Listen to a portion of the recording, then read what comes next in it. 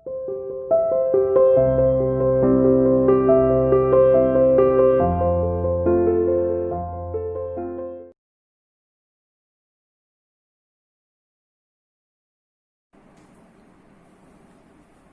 बेटा, कैसे हो? तो बेटा आज हम कक्षा 10वीं में हिंदी विषय में कृतिका से लेसन नंबर 2 पढ़ेंगे, जिसका शीर्षक होगा जॉर्ज पंचम की नाव। ठीक है, लेखक है कमलेश्वर, यानी ये हमारा जो लेसन है ये कमलेश्वर द्वारा रचित है। ठीक है, इसमें क्या बताया गया है कि पूरे लेसन में जब इंग्लैंड की महारानी एलिजाबेथ अपने पति के साथ हिंदुस्तान दौरे पर आने वाली थी, यानी वो हिंदुस्तान आने वाली थी, उस समय जो हिंदुस्तान में खलबली मची हुई थी, अखबारों में, सरकार में, हर जगह उसका पूरा वर्णन किया गया है इसमें।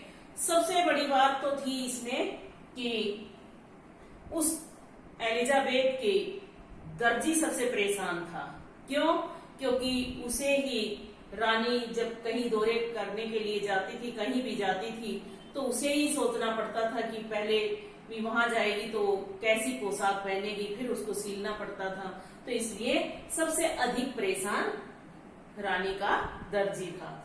ठीक है, अब एक बार विस्तार से देखिए कि बात उन दिनों की है जब रानी दौरे पर, हिंदुस्तान का दौरा करने वाली थी, और उनके जो आने की खबरें थी वो रोज अखबार में छपती थी, और एलिजाबेथ के दर्जी पोशाक को लेकर बहुत परेशान रहते थे। उनकी परेशानी भी जायज थी, और इंग्लैंड के अखबारों के पत्रने रोज, यानी रोज उनकी छोटी छोटी कटिंग छपी रहती थी हमारे अखबारों में। ठीक है, रानी के जन्म पत्री, प्रिंस फिलिप के कारनामे, नौकर, बावर्ची, यहाँ तक कि उनके कुत्तों की तस्वीरें, यानी रानी के कुत्तों की, उनके साथ काम करने वालों की तस्वीरें भी अखबार में छपी रहती थी। रानी के आगमन को लेकर पूरे भारतवर्ष में जो खलबली मची हुई थी, जो परेशानी मची हुई थी, रानी के स्वागत के लिए बड़ी धूमधाम से तैयारियां हो रही थी। सभी सड़कों को साफ कर दिया गया था, सबकी मरम्मत कर दी गई थी, और सभी इमारतों को नाजनीनों की तरह, नाजनीन होता है दुल्हन, यानी पूरी दिल्ली को दुल्हन की तरह सजा दिया गया था। ठीक है, और जो पुरानी इमारतें थी उन्हें साफ सुथरा कर दिया गया था, सड़कों के किनारे पेड़ पौधे लगा दिए गए थे, लाइट की सही व्यवस्था कर दी गई थी। लेकिन ये सब तो हो गया था, लेकिन इसके बीच एक समस्या आई। वो समस्या क्या थी कि जो इंडिया गेट के सामने जॉर्ज पंचम की जो लाट की मूर्ति थी, उसके नाक गायब थी, और नाक गायब होना यानी अपमान की बात। तो भारतीयों ने सोचा कि ये तो हमारे लिए शर्म की बात है। पहले भी इस संबंध में राजनीतिक आंदोलन और बहस हो चुके थे, किंतु राजनीतिक आंदोलन कभी किसी समस्या का समाधान नहीं कर सकते थे। ये राजनीतिक आंदोलन जैसे अभी चला हुआ है हमारे देश में कि किसानों ने आंदोलन चलाया हुआ है, कोई बिल पास हुआ उसके लिए, तो उस समय भी, लेकिन आंदोलन क्या होता है, आंदोलन से कोई मसला हल नहीं हो सकता, कोई समस्या का हल नहीं निकल सकता। तो इसलिए उस जॉर्ज पंचम की जो नाक थी उसके लिए पहले भी राजनीतिक आंदोलन हो चुके थे, लेकिन कोई समस्या का समाधान नहीं निकल पाया। कुछ दल नाक लगवाने के पक्ष में थे और कुछ विपक्ष में थे, यानी हटाने के, कटवाने के पक्ष में थे। इसलिए समस्या जो की त्यों बनी रह गई।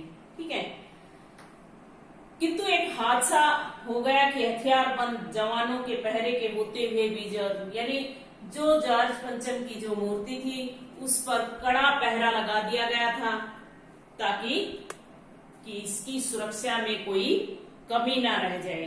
इसलिए वहां हथियारबंद लोग यानी हथियार सबके पास थे और ऐसे सख्त पहरे के अंदर, इतने कड़े पहरे के अंदर भी मूर्ति की नाक गायब हो गई।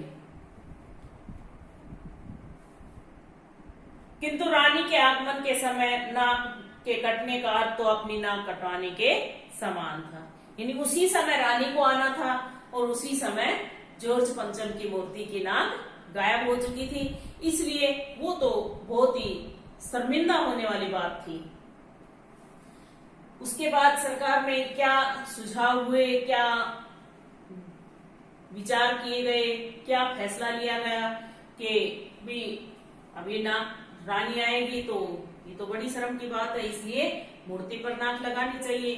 तो इसलिए क्या हुआ, जो उसके सरकार के जो नुमाइंदे थे, जो शुभचिंतक थे, उनको बुलाया गया और एक मीटिंग की गई और मीटिंग में सब लोग एक मत होकर, यानी एक सबका एक विचार कि रानी के आने से पहले नाक लगाई जानी चाहिए। ये फैसला लिया गया कि रानी के आने से पहले, जब रानी एलिजाबेथ हिंदुस्तान आए उससे पहले लाट पर नाक लग जानी चाहिए। तो अब ये तो फैसला ले लिया कि नाक लग जानी चाहिए, लेकिन लगे कहां से, कैसे लगे, उसके लिए एक मूर्तिकार को बुलाया गया।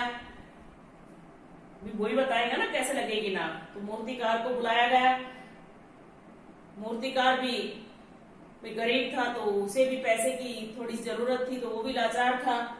उसने अधिकारियों के चेहरों की घबराहट को जान लिया, यानी उनके चेहरे को पढ़ लिया और उसने सोचा कि हाँ कर देता हूं मैं।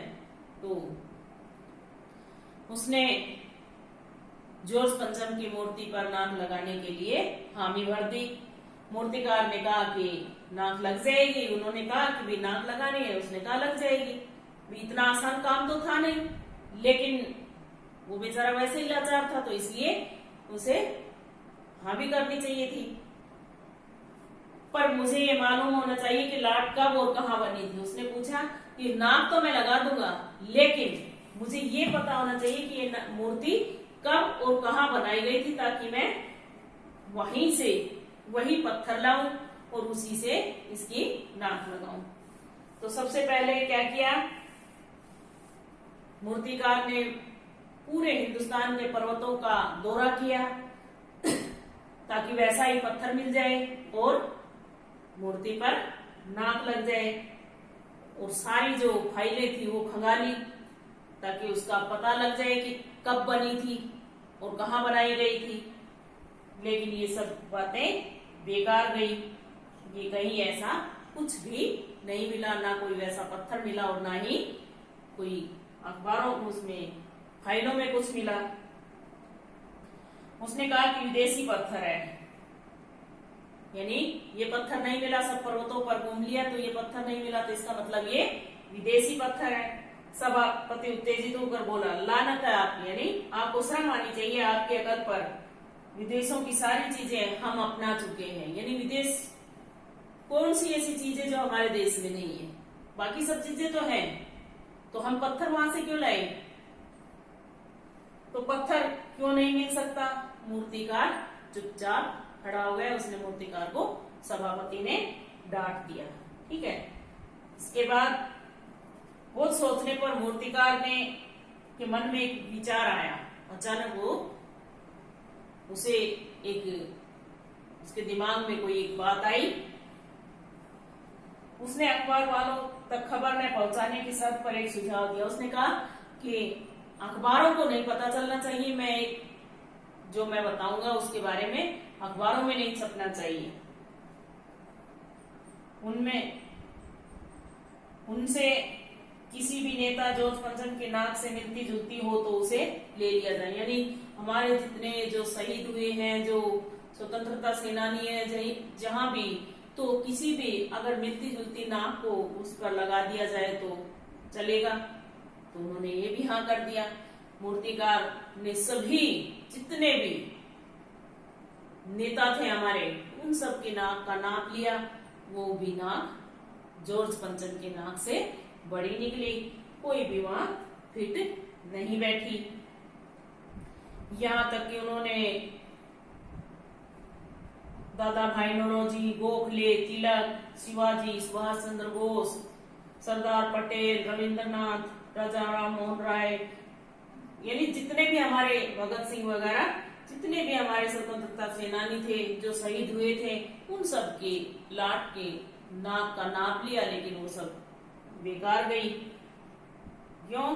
क्योंकि वो उस पर फिट नहीं बैठती थी, उससे बड़ी निकलती थी। यहाँ तक के मूर्तिकार ने जो हमारे बच्चे शहीद हुए थे उनकी नाक का नाप लिया, वो भी उससे बड़ी निकली। कहने का मतलब कि हमारे तो बच्चे भी सम्मान के योग्य हैं, ठीक है। तो इसलिए अंत में मूर्तिकार ने एक और सुझाव दिया, वो तो फेल हो गया क्योंकि सब कोई भी नाक फिट बैठी नहीं, इसलिए वो फेल हो गया।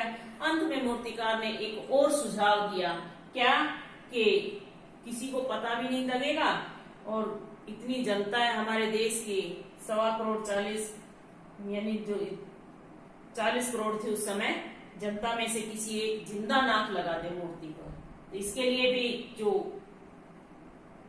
सरकार के जो अधिकारी थे उन्होंने हामी भर दी, किंतु इसकी अनुमति तो दे दी, लेकिन नाक कटेगी कैसे? कौन कटवाएगा अपनी नाक उसके लिए? ठीक है। तो नाक लगाने से पहले पूरा बंदोबस्त कर लिया गया और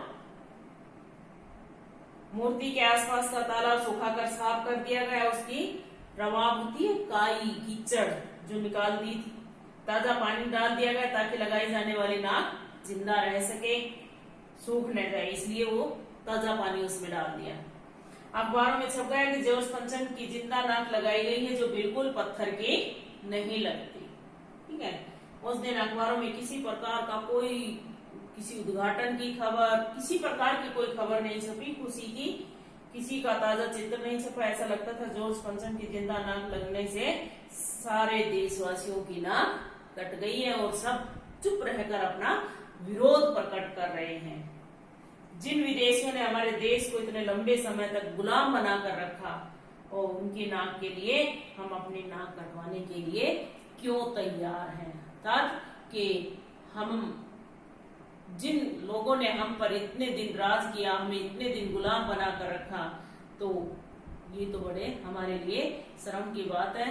तो ऐसा नहीं होना चाहिए था, यानी हम आजाद हो गए लेकिन हमारी मानसिकता अब भी गुलाम है, ठीक है। तो बेटा आज का हमारा जो चैप्टर है जॉर्ज पंचम की नाक कृतिका का है, दूसरा चैप्टर जो कमलेश्वर द्वारा रचित है, इसमें यही बताया गया है कि कैसे नाक लगाई गई और क्यों लगाई गई, देशवासियों ने उसका विरोध कैसे किया, ये सब बातें इसमें बताई गई हैं, ठीक है बेटा। Okay bye.